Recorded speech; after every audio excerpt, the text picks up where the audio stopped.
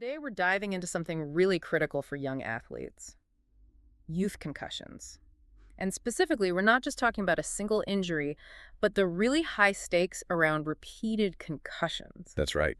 Those carry much bigger long-term risks. We're talking potentially longer recovery times, worse symptoms, even getting disqualified from sports altogether. Which is devastating for a young person. Absolutely. Now, most states have passed what they call return-to-play laws or RTP laws to try and manage this. But what we're doing today is digging deeper what actually happens at the school district level.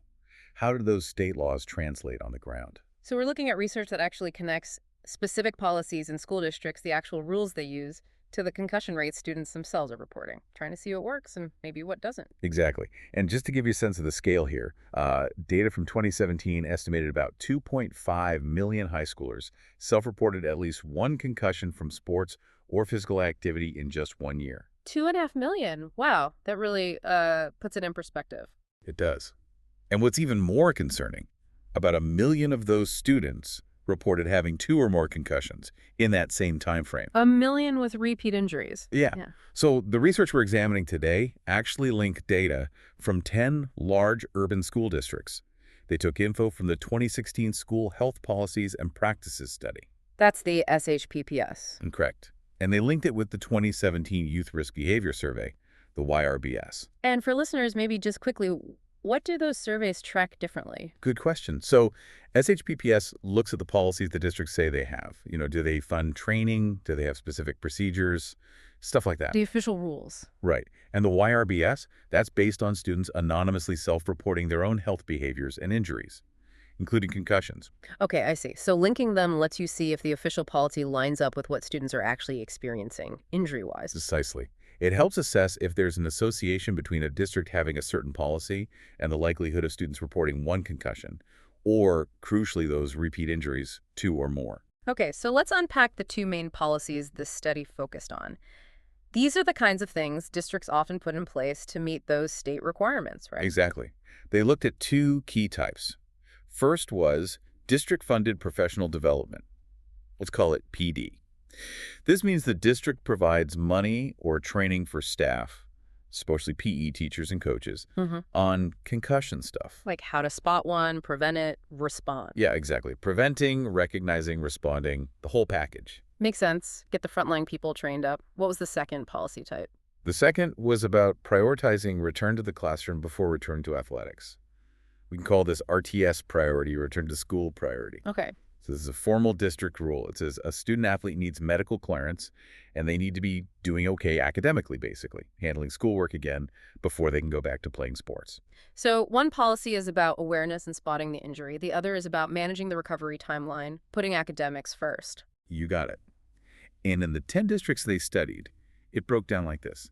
7 had the PD policy, 7 had the RTS priority policy, and 6 districts actually had both in place. Okay.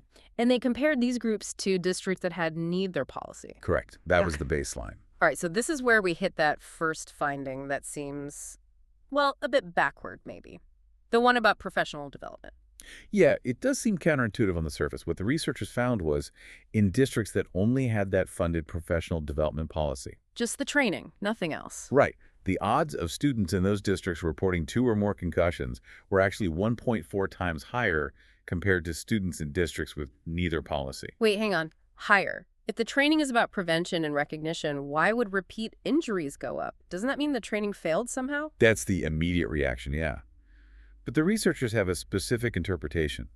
They argue this positive association, the higher reporting numbers, is likely because of increased identification and reporting. Ah, okay. So not necessarily more injuries happening, but more getting caught and reported. Exactly. Think about it. If staff are better trained, they're more likely to recognize subtle symptoms, pull a student from play, and get them checked out.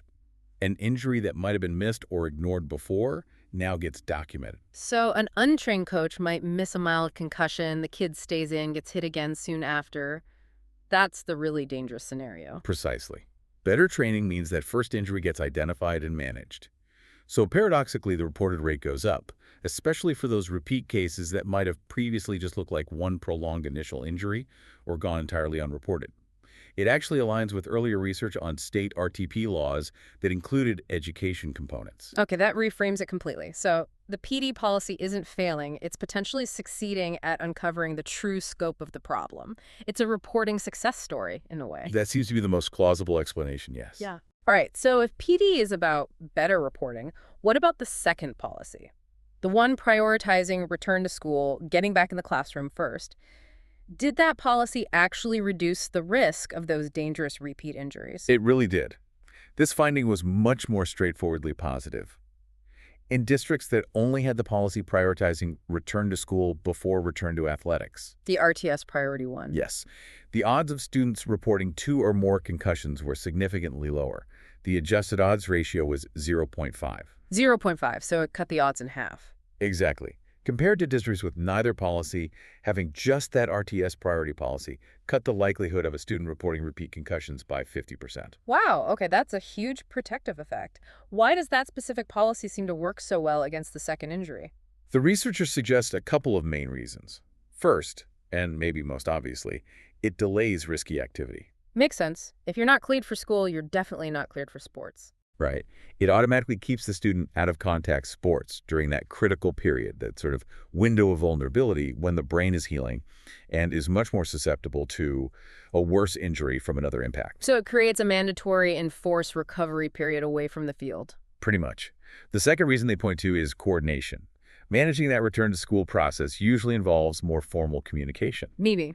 Meaning you typically need teachers, school nurses, parents, maybe counselors, and healthcare providers all talking to each other to manage the academic return. It leads to a more comprehensive, monitored approach to the whole recovery, not just the physical part. I see. It forces a team approach around the student's overall well-being.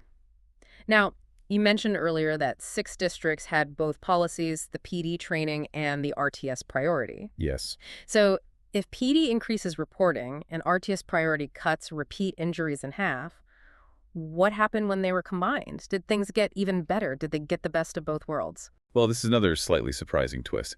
For repeat injuries, no. Districts that had both policies did show slightly lower odds of reporting just one concussion, an adjusted odds ratio of 0.8, so some general effect there. Okay, a bit better for single incidents. Right. But when they look specifically at students reporting 2 or more concussions, that really strong protective effect we saw from the RTS priority policy alone, it basically disappeared. The odds ratio is 1.0, meaning no difference compared to having neither policy. That's really interesting. So having both somehow neutralized the protection against repeat injuries that the RTS policy offered on its own, why would that happen? That's the big question the research leaves open. The paper doesn't definitively say why. Maybe implementing both policies is complex, stretches resources, or maybe the increased identification from the PD policy somehow interacts strangely with the RTS process in practice. It's not clear. Or maybe the groups are just different somehow. That's possible too. But the data suggests that while both have positive aspects, individually better reporting with PD, strong protection with RTS priority, combining them, didn't stack up the benefits for preventing those crucial second injuries. The singular focus on academic return first seems uniquely powerful for that specific outcome. Fascinating. Okay, so let's bring this down to the ground level for schools.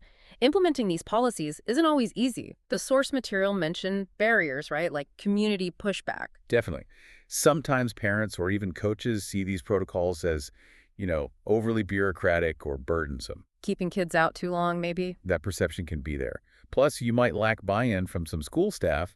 And then there's the real issue of costs. Getting that required medical clearance can be a financial hurdle for some families. So how can districts actually make these policies work effectively, especially that protective RTS priority 1, given those challenges? The research offered some concrete suggestions, didn't it? It did. 3 main action items came out of it.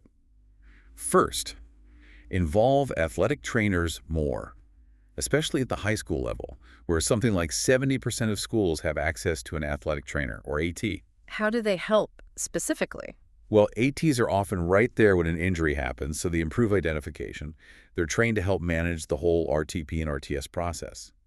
And crucially, they can help bridge gaps in access to healthcare, maybe doing initial assessments or coordinating with doctors, which can ease the burden and cost for families.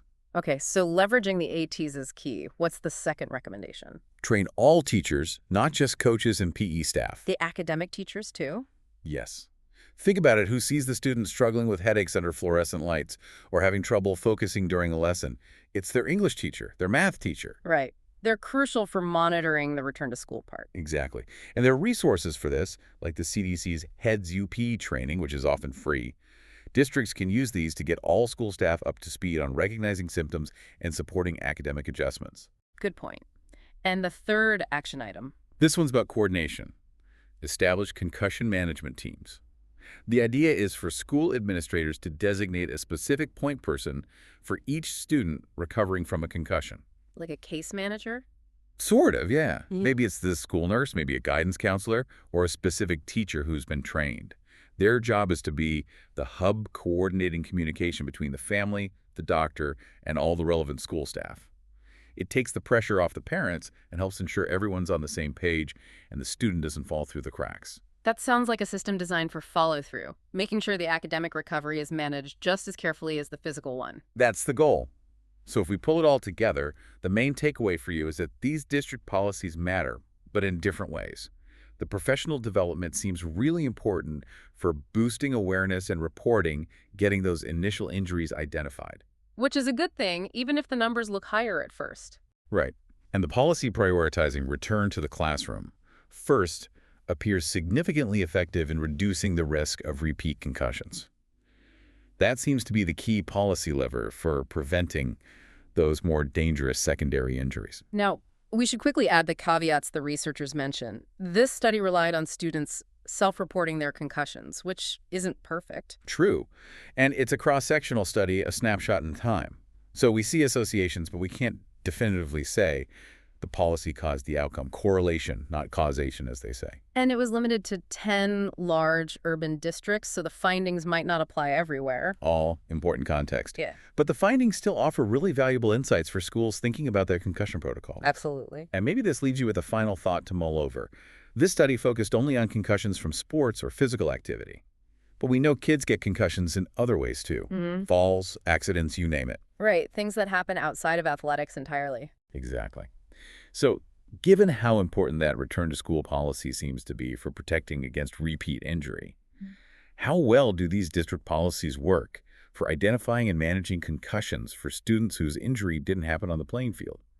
Are those kids getting the same level of support and coordinated care? That's a gap worth considering. That's a really critical question for schools and communities to think about. Well, thank you for joining us for this deep dive today. We hope this gives you some valuable insights to consider.